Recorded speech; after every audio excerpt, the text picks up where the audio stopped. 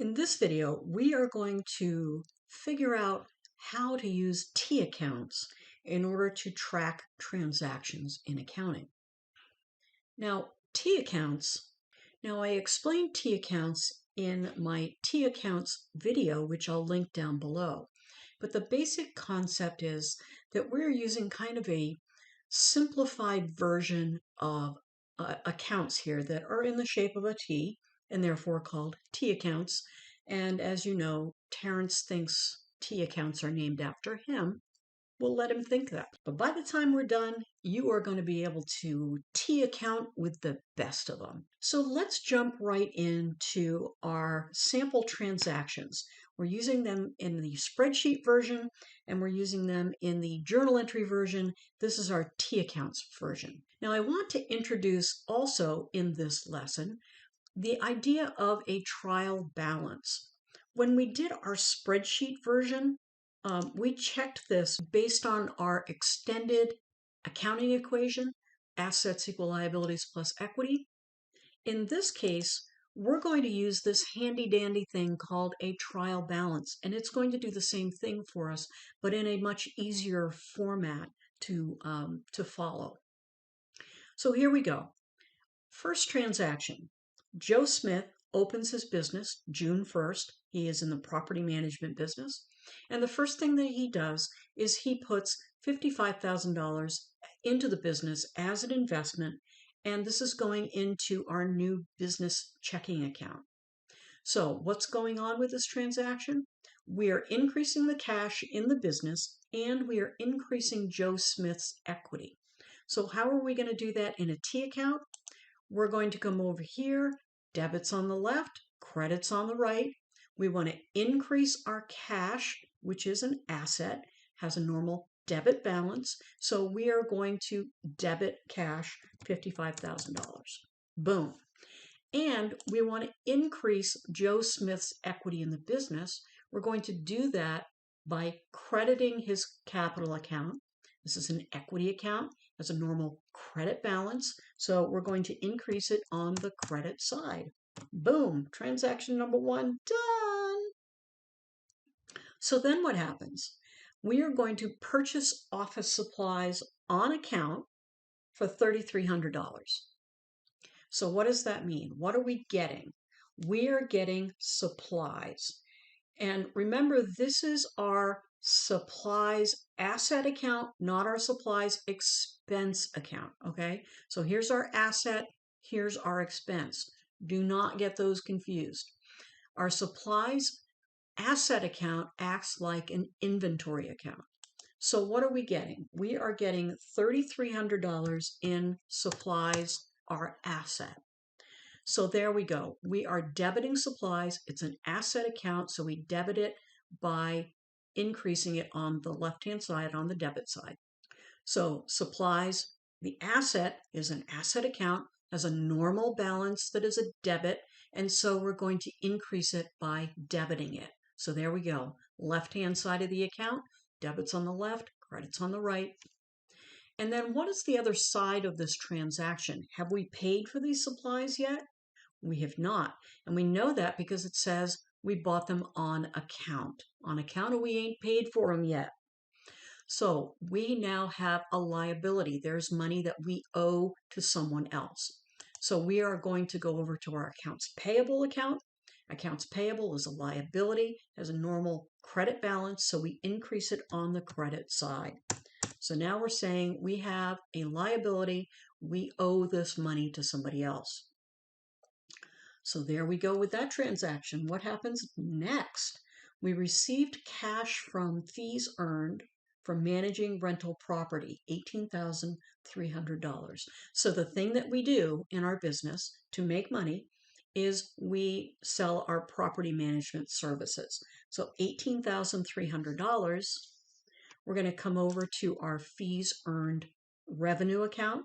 Revenue has a normal credit balance, so we're going to increase it on the credit side for $18,300. Now, have we gotten paid for this?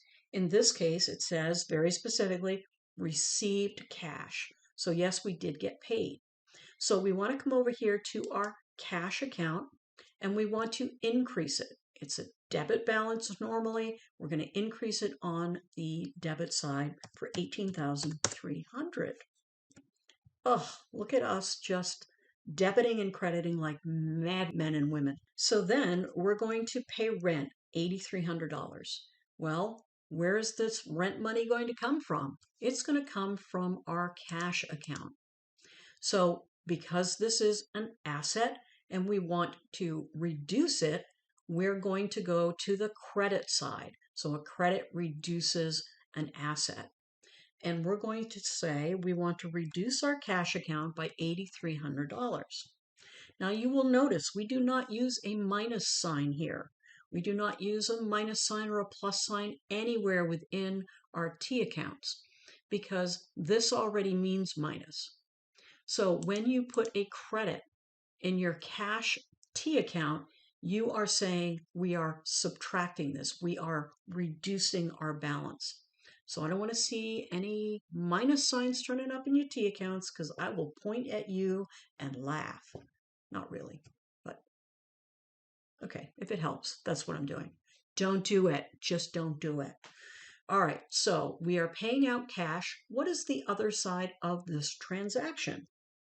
Well, we're paying rent expense, right? So we want to come over to our rent expense T account, and we are increasing our rent expense. So we are going to debit that because an expense has a normal debit balance. So we are going to increase it by debiting it for $8,300.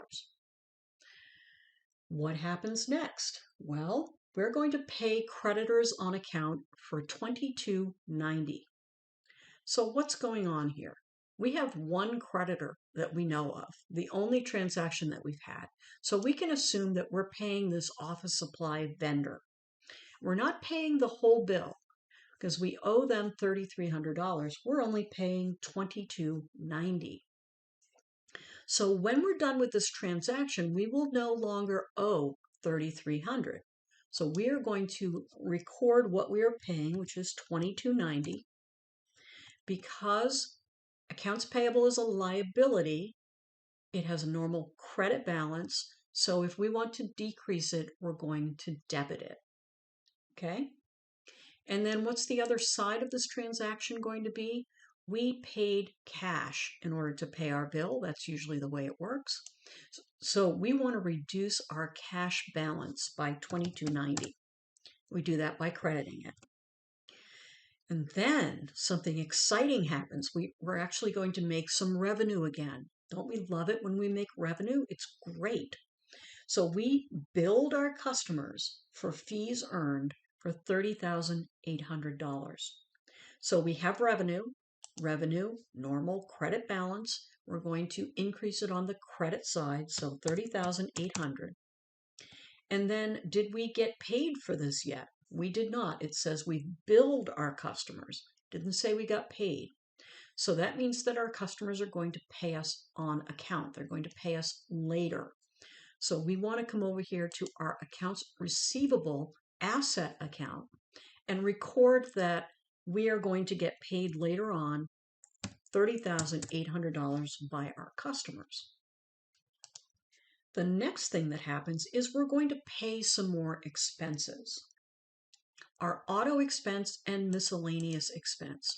Our auto expense is $1,380. It is an expense, has a normal debit balance, so we're going to increase it on the debit side.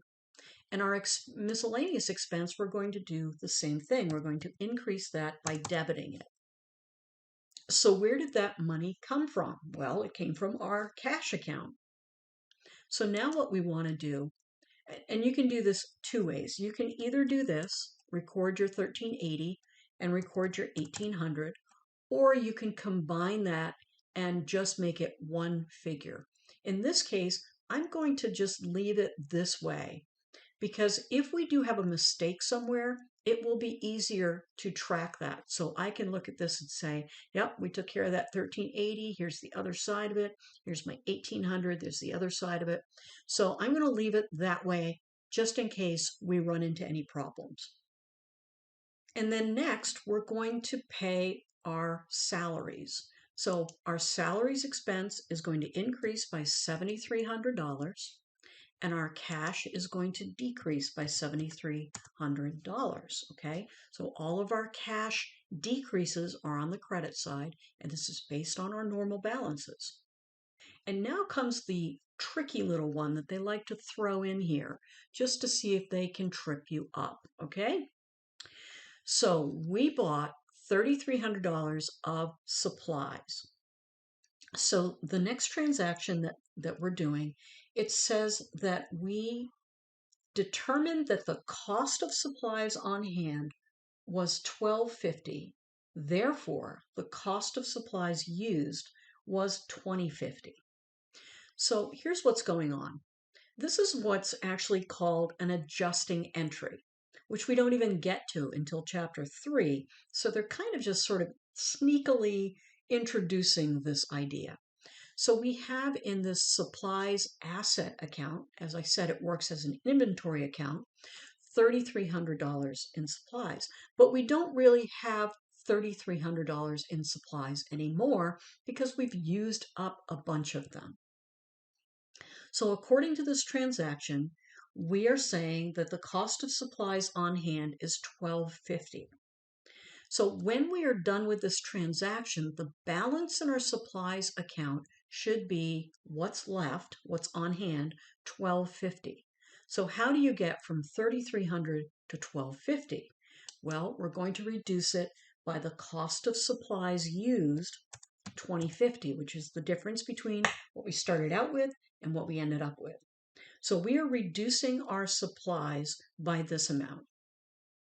Now, what's the other side of that going to be? Well, when you use up an asset like an inventory account or supplies, we are going to turn that into an expense. So as you use up an asset like supplies or inventory, it becomes an expense. So we're going to move that to the corresponding expense account called supplies expense. So we're going to increase that by $2,050. And what this is saying is that this is what we actually used. So when we do our balances on this supplies account, we will magically, if I've done my math right, end up at $1,250 for a balance. And then the final transaction that we're doing for this month is we have Joe Smith withdrawing cash for personal use of $13,800. So we know right away that our cash is reducing. So we're going to go over here and credit that. And then we're going to come over here to our drawing account. And we want to debit this drawing account. A drawing account, withdrawals, dividends, has a normal debit balance, and we are going to increase that. So we're coming here on our debit side. And this is a good time to talk about how these two accounts work together. So they're both equity accounts, right? So if we were to take this $13,800 and we were to put it over here, the net effect will be that we are reducing Joe's capital account overall by $13,800. But what we're doing instead is we want to keep track of how much money Joe has taken out of the business. So here's what he's put into the business, and here's what he's taken out. So this will appear as two different lines on our financial statements. The effect is still the same. It's still owner investments minus owner's draw, giving us a net owner's investment number. But we want to keep track of it over here. It has the same effect on capital as if we were to put it over here as a debit.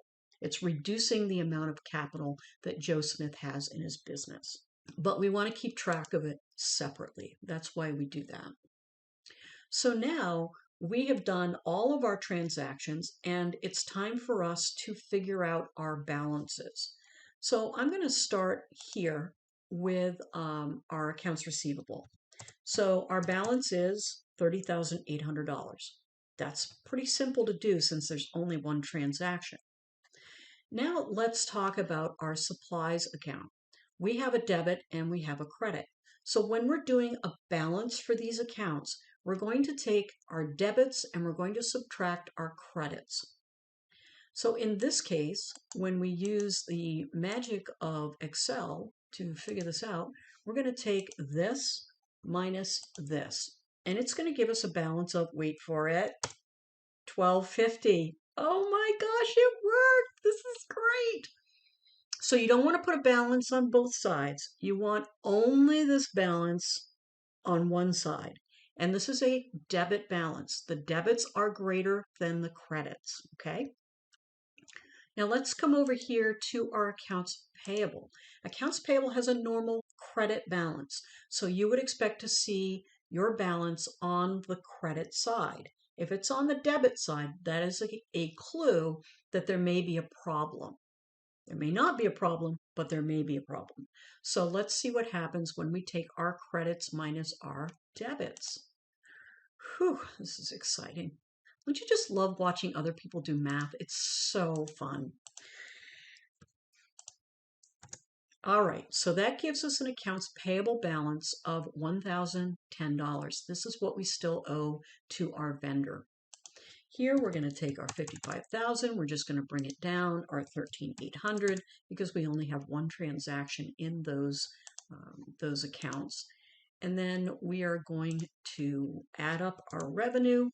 And again, it has a normal credit balance. All of our transactions are on the credit side. And same thing with our expenses. We're just going to bring those numbers down because there's only one transaction. It helps if you can type. And 1380 and 1800. Okay, so that's all of our balances except for this one. And I left this one for last. So cash is the account that's going to have the most activity in it. And so we got to make sure that we get all of our debit transactions minus all of our credit transactions to get to our cash balance. You would be expecting to see a debit balance because that is the normal balance for a cash account. It means you didn't spend all of your money. You could have a credit balance in this account if you outspend what you bring into your account. You know, you're basically overdrawn. But normally you're going to see this end up as a debit balance. So we're going to do a little adding, we're going to do a little subtracting, and hopefully we end up with a balance that makes sense. So now what we're going to do in order to check to make sure that we have debited and credited in equal amounts is we're going to come over here to this trial balance. And all the trial balance is doing is saying, let's look at what the balances are in these accounts and make sure that we have debited and credited appropriately. Now, it's not going to tell us whether we entered things in the wrong account. If we put our miscellaneous expense in our salaries expense account, it's not going to catch that error. What it's only looking at is, do our debits equal our credits? Because then we know that our accounting equation is in balance. So if it is a debit balance, we enter it on the left-hand side. And then our accounts receivable, $30,800. Our supplies is now $12.50. Our accounts payable has a credit balance of $10.10. Goes over on the right-hand side. Our capital is $55,000. And then we want to jump back to the debit side for our drawing account. Our fees earned is a credit balance. And then our expenses are debit balances. 7,300, 2050, 1380, carry the 1, take out the trash, and there we go. So we are in balance. Isn't that awesome? Isn't that a great feeling? Oh, so great. So there you have it. We have walked through our transactions using T accounts. And again, this spreadsheet will be available for you to download it. It's in the description. And it's going to include the transactions, the chart of accounts that we're using for these transactions, and then our 3 different ways of doing this, our spreadsheet version, our T accounts, and our journal entries. So until next time, stay balanced, my friends.